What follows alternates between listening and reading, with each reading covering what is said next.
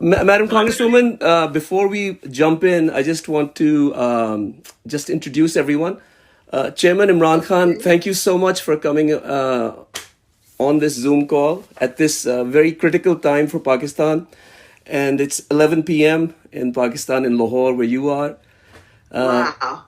And Madam Congresswoman, he's survived several assassination attempts. He's got 3 bullets in his right leg, a fractured tibia, but he's on this 11 p.m. for you.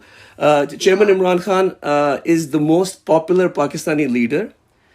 Oh. And amongst Pakistani Americans, he is by far the most popular. Like 99% of Pakistani Americans support him.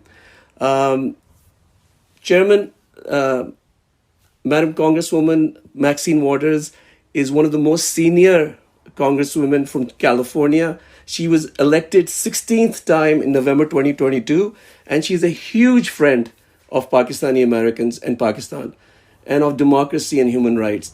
Also on this call is the president of the Pakistan Council, Adnan Khan, a fellow Hsonian, and also related to both our families as well, from Afghanistan and then Jalandhar and then to Lahore, then to Los Angeles.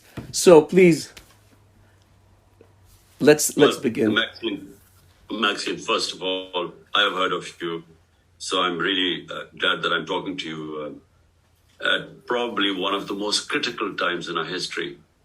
We have one of the most bizarre situations going on in this country. No, I won't bore you with the details. The reason why there was not the one assassination attempt, I received 3 bullets in my leg, which were meant for the top body, but just one person in the crowd, when the guy pulled out the gun, he just in time put his hand on the gun. So rather than bullets hitting the top body, they hit my legs and other people. There were 12 other people injured. And then there was another assassination attempt recently. So why is this? So, for you, it's important. No? You see, my government was removed by the ex-army chief because the military establishment is very powerful here. So he conspired with the people who are in power right now. And, a lot of the army is powerful, the secret agencies, so they're toppled by government. But what happened was that it's unprecedented in our history that hundreds and thousands of people came out in the streets the next day, against this, what was a coup. And it's never happened here before. Normally when a government goes, people celebrate.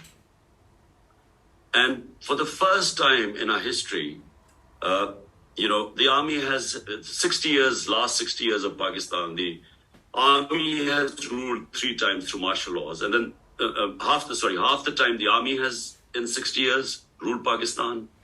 And the other half has been these 2 families, which have, taken turns to rule this country.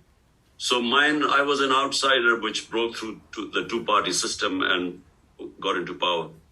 Now, the reason why people came out was it was the best economic performance of a government in the last 17 years, despite 2 years of COVID-19 and despite inheriting a bankrupt country with the biggest ever current account deficit.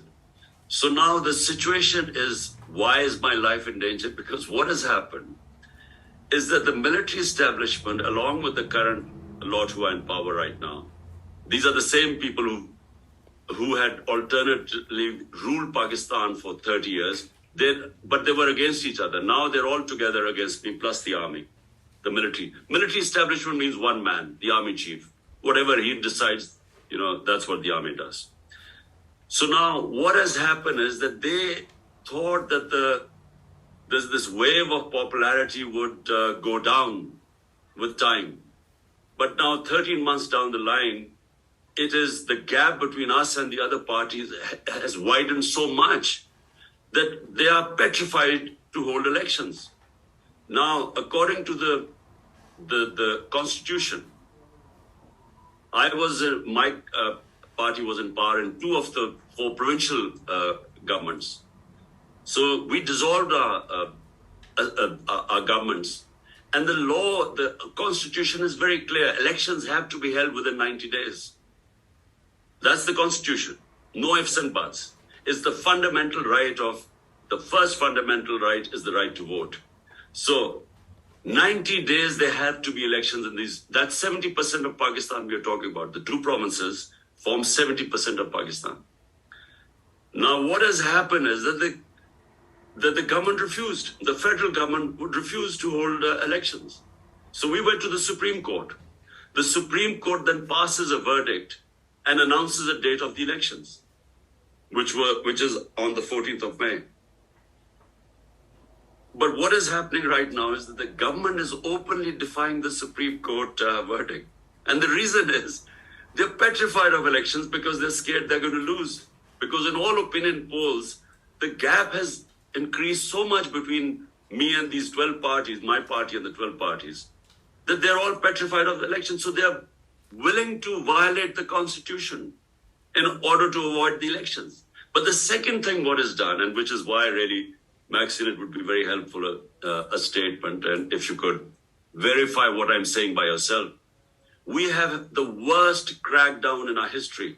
No democratic party has ever had such violation of the fundamental rights. There's such my people facing custodial torture. In someone who this country has known for 50 years, who never had one case of breaking the law.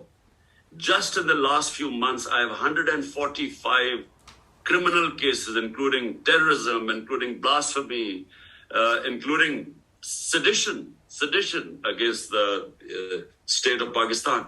Just in the last few months, I have 145 cases. And on top of it, that's why they tried to kill me, because the popularity of party is so huge now that they feel that the only way is to get rid of me. So that's why I had these two attempts to kill me. So what we want is, from you simply find out by yourself, but, this will be, you can find out that what is going on is unprecedented. One of our best investigative journalists was hounded out by the military establishment and then killed, assassinated in Kenya when he was out. Two of my close, one of my chief of staff, the other one of our most senior senators, they were picked up, abducted, faced custodial torture, stripped naked. Another one of the head of my regional head, one of my ex-ministers, he was picked up. He faced torture. There were at 1,500 of our workers in jail, and the media, complete clampdown on media. They do not allow me to come on live on television. And election has been announced in France, in Punjab, the biggest province. Yet I'm not allowed to do live speeches. They've clamped down on the media. It's the worst. We've never seen such abuse of our fundamental rights and our democratic rights as happening right now. So we would appreciate here, because it makes a lot of, it goes a long way when someone like you, Maxine, when you give a statement. And all we want is the rule of law, the constitution, fundamental rights, and especially custodial torture. What we are facing right now is custodial torture. They pick up our social media guys, because I'm banned on the main media. The social media is very active. So they then pick up social media activists and then, put them through custodial torture. So basically, we just want a statement highlighting what is happening, and that would really help us. Well, thank you for having the trust in me to engage me in ways that perhaps can be helpful.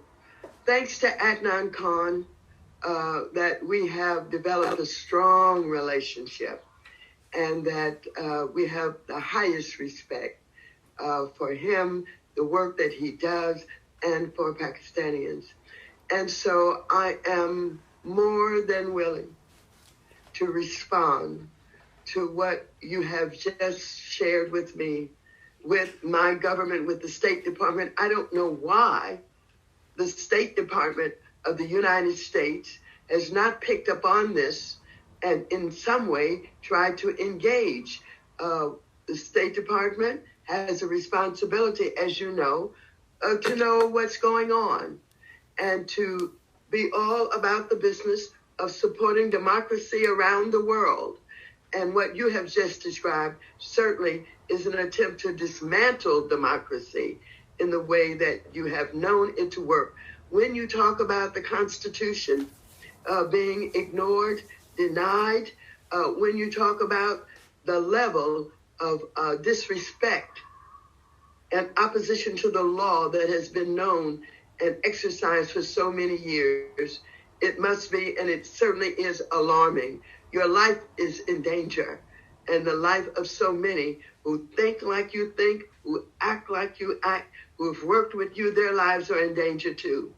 And so I humbly not only respect that you have this trust in me, I will exercise not only everything that I know how to do, but I will certainly engage with our State Department immediately to update and to give us the reasons why they don't seem to be involved in recognizing what's going on in Pakistan.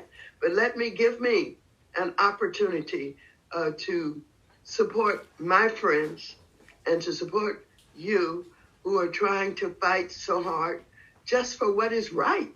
What is the Constitution? What should happen? And I will not only take every effort to do that, I will report back and I will respond and I will let you know exactly everything that I'm learning and what I think can happen. Maxine, thank you very much. That's all we want. We just want what the values propagated by the United States about Constitution, rule of law, democracy, fundamental rights. That's all we want, because unfortunately, all are being violated right now. And brazenly, I mean, the government is actually going against the Supreme Court.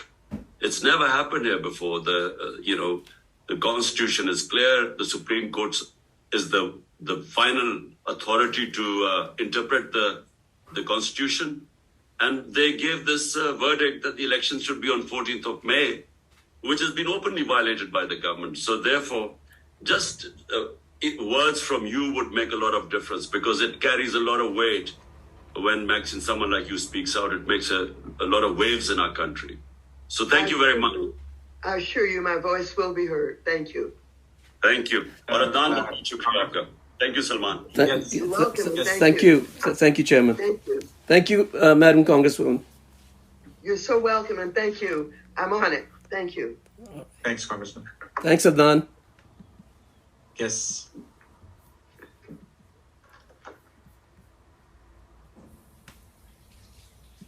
जबरदस्त हो गया ना पापा?